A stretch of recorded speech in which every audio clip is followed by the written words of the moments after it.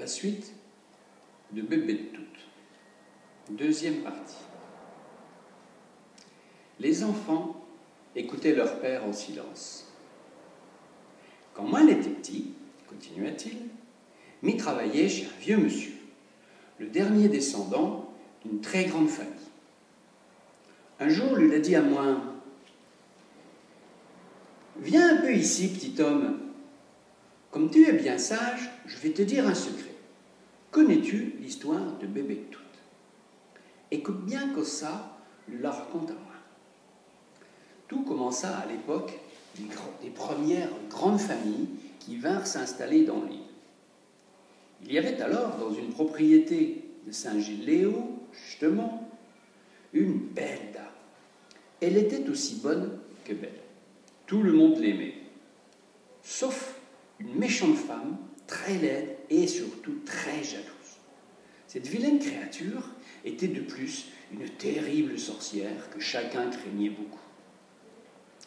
Elle détestait tellement la bonne dame qu'un jour, de grande colère, elle lui jeta un mauvais sort.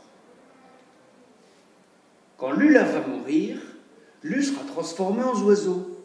Mais elle n'est pas toute. Ce oiseau, il ne pourra même pas voler. En plus, Lu sera vilain. Et même son cri va faire peur tout le monde.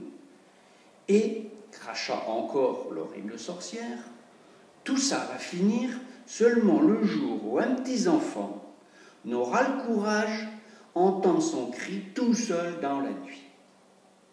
Après un ricanement diabolique, elle alla se cacher dans la forêt et personne ne la revit. Peu soucieuse de sorcellerie, la belle dame pardonna à la méchante femme ses mauvais propos et vécut très heureuse. Cependant, à sa mort, alors que personne n'y pensait plus, la malédiction se réalisa. Et depuis, transformée en affreux oiseau, elle se cache pour ne pas effrayer les gens.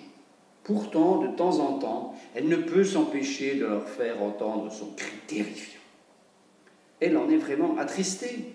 En réalité, elle les protège tous du malheur et elle a pitié des pauvres comme elle durant toute sa vie.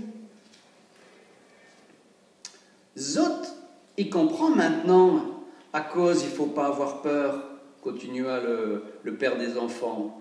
Mais croit même que ce soir, Bébé-Toute l'a enfin trouvé ce que Lu devait chercher depuis longtemps déjà.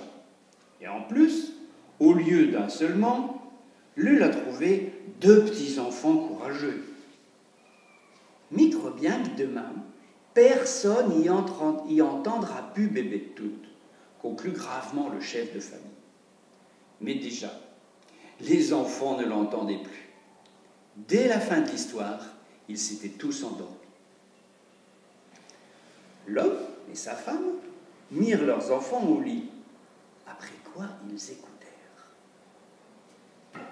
Les terribles cris continuaient, tantôt éloignés, tantôt très proches. Toute, toute. Cependant, cette fois, ils paraissaient moins terrifiants. Était-ce des cris d'adieu?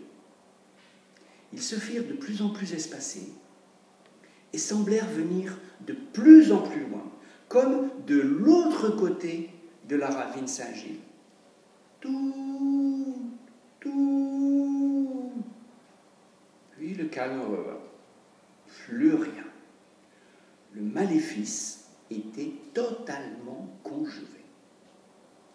Bébé-Toute était parti, et bien parti.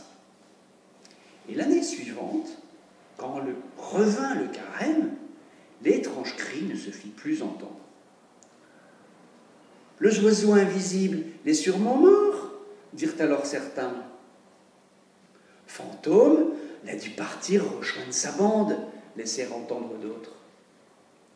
Noélie et Armand, qui connaissaient le secret de la dame ensorcelée, grandirent sans jamais en parler.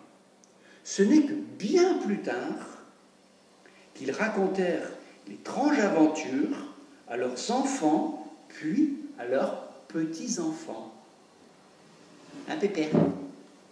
Hein, mon pépère? Venez, mes chéris.